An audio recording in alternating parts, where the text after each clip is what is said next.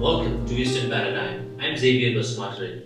In the lead up to the impending general election in India, political temperature has reached a boiling point, with all major parties in Assam intensifying their efforts.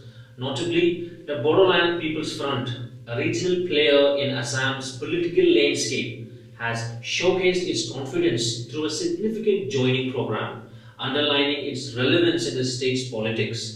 The political scenario in Assam has been particularly heated since the 2020 formation of the UPPL BJP GSP coalition, which secured the government in the Bodoland Territorial Council and subsequently in the state of Assam.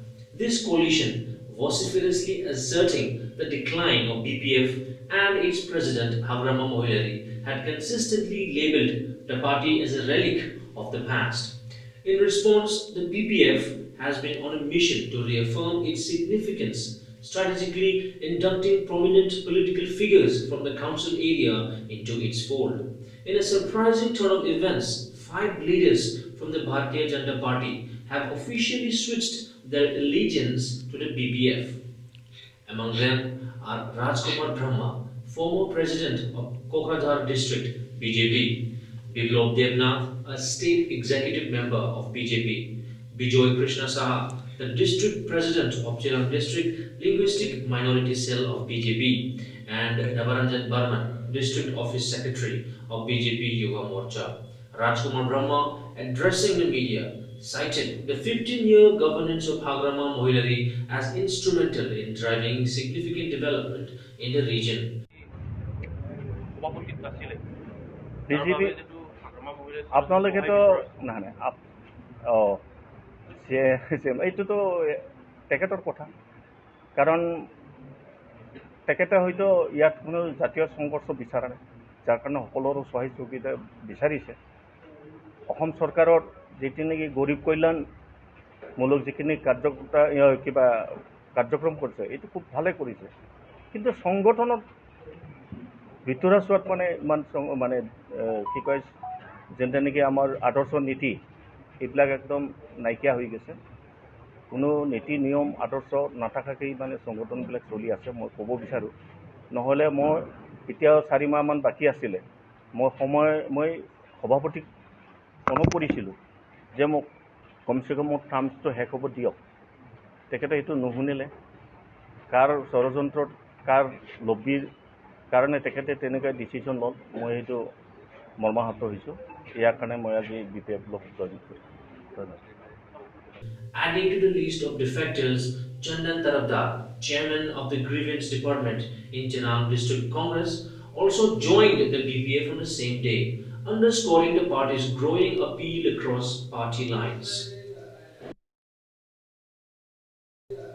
The BJP, sensing the rise in BPF's popularity, had publicly appealed to the regional party to support them in the general election. However, the BPF firmly declined this offer, opting to contest the election independently without forming a coalition with any party. In a press interaction, BPF President Hagrama Mohilary categorically announced their decision to contest the election without aligning with any political entity, thereby closing the door on the possibility of joining the National Democratic Alliance (NDA).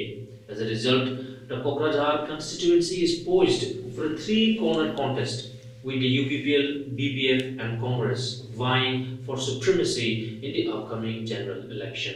আজি আমাৰ BPF দলত BJPৰে 4জন আৰু 6জন BJPৰে কংগ্ৰেছ এজনৰ আছে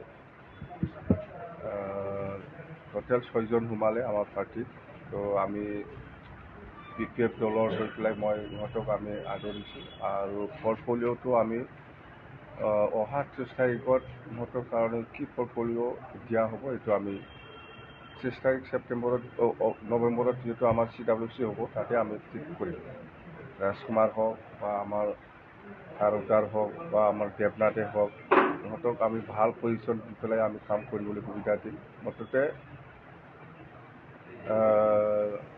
BJP আৰু UPPL এই দুটা দলৰ বহুত নেতা কৰ্মীসকলে আমাৰ লগত আজিলৈকেও মানে কণ্টেক্ট কৰি আছে বহুত আৰু আহিব আমাৰ দলত সোমাবলৈ যোগাযোগ হৈ আছে। মুঠতে এনেকুৱা হৈছে আমাৰ BPF দলত সোমাবৰ কাৰণে UPPL আৰু BJPৰ কম্পিটিশ্যন মাৰাৰ নিচিনা হৈ আছে।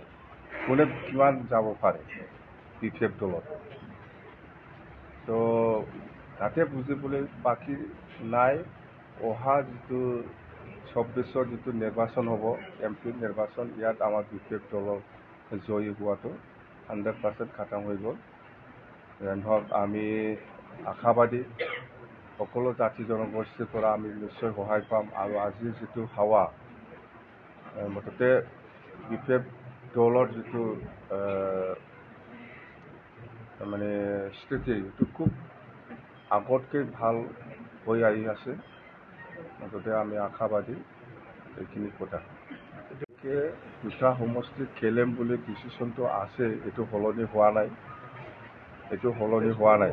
অহা 30 নৱেম্বৰতো আকৌ আমি আলোচনা কৰিম। মুঠতে দুটা সমষ্টিত MP খেলাটো আমাৰ মানে সলনি হোৱা নাই, আমি খেলিম। নাই BJPয়ে এনে মিডিয়া চেডিয়াত আমি শুনিছোঁ, আমি দেখিবলৈ পাইছোঁ, কিন্তু BJPয়ে অফিচিয়েলি আমাৰ দলৰ লগত কোনো যোগাযোগ কৰা নাই, বা কোনো কংগ্ৰেছো কৰা নাই, কোনো UDFও কৰা নাই, কোনো BJPও কৰা নাই, কোনো AGPও কৰা নাই। কোনো দলে আমাৰ BPF দলৰ লগত এনেকুৱা যোগাযোগ কৰা নাই। আৰু আমাৰ দলত অলৰেডি ডিচিশ্যন লোৱা আছে যে আমি কোনো দলৰ লগত মিত্ৰতা নকৰি পেলাইহে আমি ইলেকশ্যন খেলিব, MP ইলেকশ্যনটো। এইটো স্পষ্ট। নাই মই কৈছোঁ না, আমাৰ লগত কোনো অফিচিয়েলি এনেকুৱা যোগাযোগ নাই আৰু কৰা নাই। ইলেকশ্যন এজেণ্ডাটো কি হ'ব ছাৰ?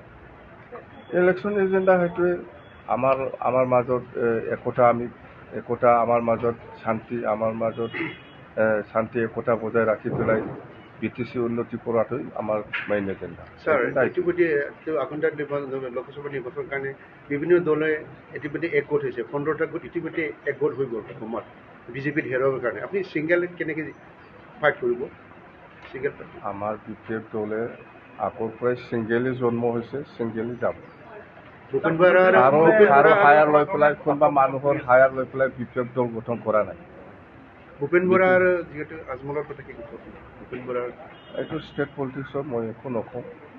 ইহঁতৰ কথাটো আমাৰ দলৰ স্থিতি সেইটোৱেই স্পষ্ট যে আমি অকলে নিৰ্বাচন খেলিব। ছাৰ, বদৰুদ্দিন আজমলে আপোনাৰ লগত মিত্ৰতা কৰাৰ কাৰণে আগ্ৰহ প্ৰকাশ কৰিছে। আজমল ক'ব পাৰে, মইতো কোৱা নাই না। কোনোবা দলে কিবা ক'ব পাৰে, কিন্তু আমাৰ দলৰ কোনো নেতাই কাৰো লগত যোগাযোগত নাই আৰু কথাও পতা নাই। কেণ্ডিডেট মাৰ্চত ডিক্লেয়াৰ দিব, মে' মাহত, যিহেতু মাৰ্চত ডিক্লেয়াৰ দিম। আৰু দুটা সমষ্টি 100% আমি জিকি আছোঁ, দৰং ওদালগুৰি আৰু কোকৰাঝাৰ দুটা লোকসভা সমষ্টিত। ছাৰ, দৰংটো BPFক এৰি দিব আৰু কোকৰাঝাৰটো UPPL BJP খেলিব, এইটো কিমান পাৰৰ ওলাই আছে? আমাৰ লগত কোনো এলায়েন্সে নাই BJPয়ে, আমাক কেনেকৈ চিট এৰিব? আমাৰ দলৰ লগত কোনো এলায়েন্সে নাই, BJPও নাই, কংগ্ৰেছো নাই, বা UDFও নাই। কেনেকৈ চিট এৰাৰ কথা আহিব?